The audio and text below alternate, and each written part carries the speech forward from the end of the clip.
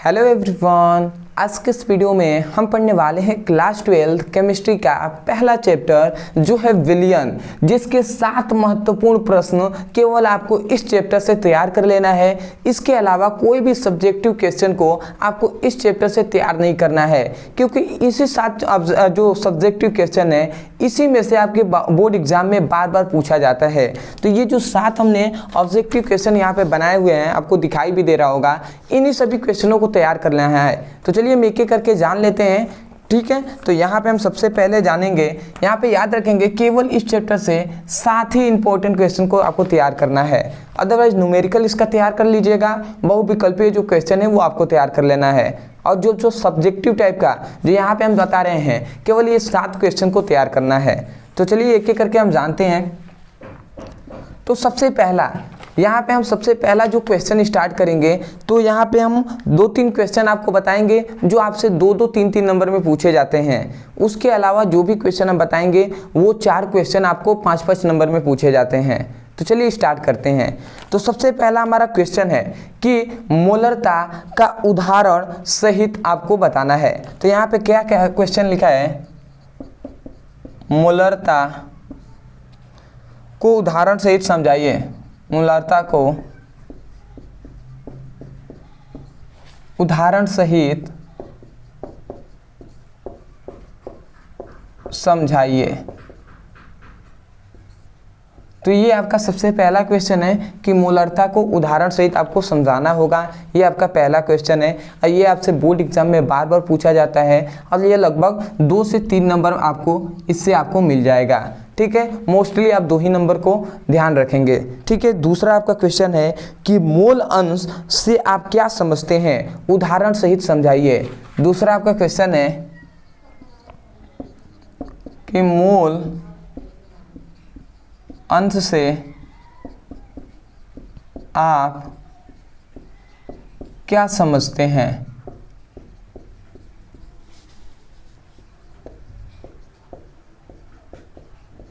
उदाहरण सहित समझाइए। तो ये आपका दूसरा क्वेश्चन है। तो देखिए मोल अंश कहे या मोल प्रभाज कहे, दोनों बात एक ही है।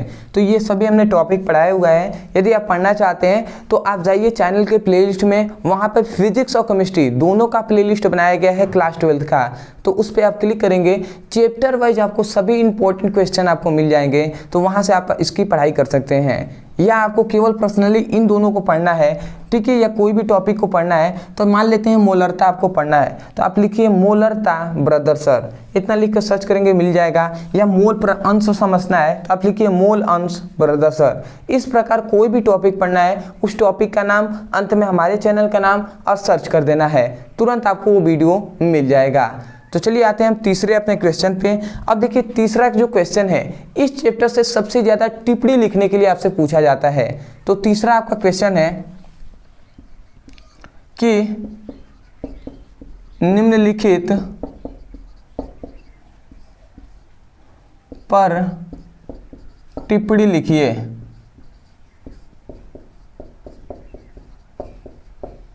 अब यहाँ पे आपसे टिप्पणी लिखने के लिए पूछ लिया जाता है। अब कौन कौन से टॉपिक हैं जिन पर टिप्पणी लिखने के लिए आपसे पूछा जाता है, उनको मैं बता दे रहा हूँ। तो सबसे पहला यहाँ पे जो आपसे पूछा जाता है वो है मोललता, ठीक है। सबसे पहला आपको मोललता याद कर लेना है। दूसरा आपका है नॉर्मलता, ठीक है। तीसरा आपको याद रख लेना है, तीसरा आपका है अंश प्रति मोल, ठीक है, अंश प्रति मोल, या इसे ही कभी कभी पार्ट्स पर मिलियन से भी कहता है। अंश प्रति मोल कहे या पार्ट्स पर मिलियन कहे या ppm कहे, तीनों बात एक ही है। तो याद रखेंगे कि अंश प्रति मोल को हम दूसरे नामों से जानते हैं, और वो कौन सा नाम है, पार्ट्स पर मिलियन, ठीक है। तो ये भी हमने सभी टॉपिक पढ़ा दिया है। और चौथा जो आपसे पूछ लिया जाता है टिप्पणी लिखने के लिए, द्रव्यमान प्रतिशत, द्रव्यमान प्रतिशत को हम भार प्रतिशत के नाम से भी जानते हैं। आयतन प्रतिशत भी जो टॉपिक है इस पर भी पूछा जाता है। तो मोस्टली आप इन 4 टॉपिक को तैयार कर लेंगे। तो आशा करते हैं ये सभी आप तैयार कर लेते हैं तो आपको बहुत ही अच्छे नंबर से पास होंगे। ठीक है, तो ये आपसे 2 या 3 नंबर में यहाँ तक पूछे जाते थे।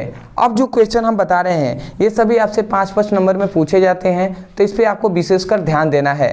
तो चलिए हम लिखते हैं। तो अब हमारा चौथा जो क्वेश्चन है वो है हेनरी का नियम तथा उसकी सीमाएं लिखिए। मतलब जो आपका चौथा क्वेश्चन है हेनरी का नियम तथा इसकी सीमाएं लिखिए।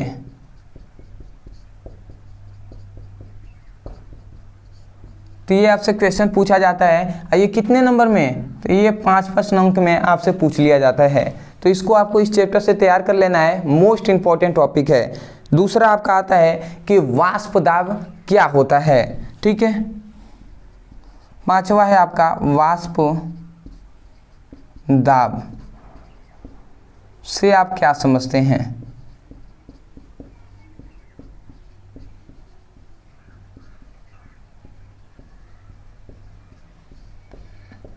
अब वाष्प दाब के बारे में आपको पूरा बताना होगा कि वाष्प दाब किसे कहते हैं, पूरा आपको एक्सप्लेन करना होगा। इसको हमने बहुत ही डिटेल में आपको वाष्प दाब के बारे में समझाया है।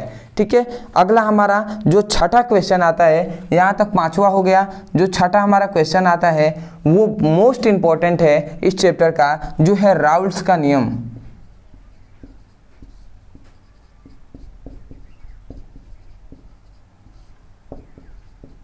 राउल्ट्स का नियम लिखिए। अब देखिए इसको भी बहुत तरीके से घुमा घुमा कर कहता है। पहले तो या तो सिंपल वे में कहेगा तो कह देगा राउल्ट्स का नियम लिखिए, या दूसरे तरीके से कहेगा कि द्रव विलयन के लिए राउल्ट्स का नियम लिखिए। ये दूसरा तरीका हो गया। तीसरा तरीका आपसे ये कह सकता है कि राउल्ट्स का वाष्प दाब अवनमन का नियम लिखिए। राउल्ट्स का नियम ना कहकर राउल्ट्स का वाष्प दाब अवनमन का नियम कहेगा, वो भी बात यही होता है। तो इसको आपको तैयार कर लेना है। अंतिम हमारा जो क्वेश्चन आता है वो कहता है कि निम्नलिखित पदों के बीच में संबंध स्थापित करना है। मतलब 2 चीज़ों में आपको संबंध बताना होता है कि क्या होता है। जैसे मैं यहाँ पे आपको 7वां जो क्वेश्चन है वो मैं बता दूँ। कह रहा है कि निम्नलिखित पदों के बीच संबंध स्थापित कीजिए। अब किन किन के बीच संबंध स्थापित करना है उसको हम देख लेते हैं। तो सबसे पहला है नॉर्मलता तथा मोलरता। सबसे पहला आपका क्वेश्चन है कि नॉर्मलता और मोलरता में क्या संबंध होता है, ये आपको बताना है। और दूसरा है मोललता एवं मोल अंश। दूसरा आपसे क्या देगा मोललता एवं मोल अंश। तो ये 2 क्वेश्चन है आपसे कि नॉर्मलता और मोललता में क्या संबंध होता है ये आपको बताना है, और दूसरा मोललता एवं मोल अंश में क्या संबंध होता है ये आपको बताना होगा।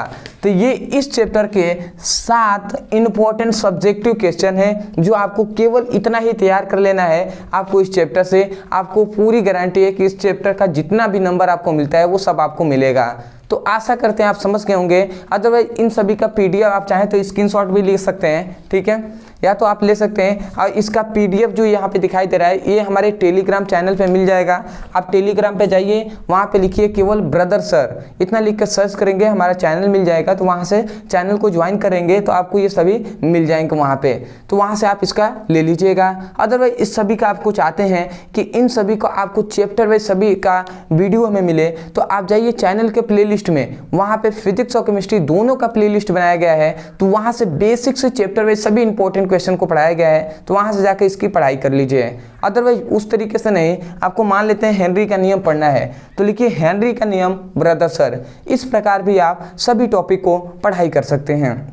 तो चलिए दोस्तों आज के लिए इतना ही, मिलते हैं एक बेहतरीन टॉपिक के साथ। तब तक के लिए धन्यवाद। जय हिंद, जय भारत।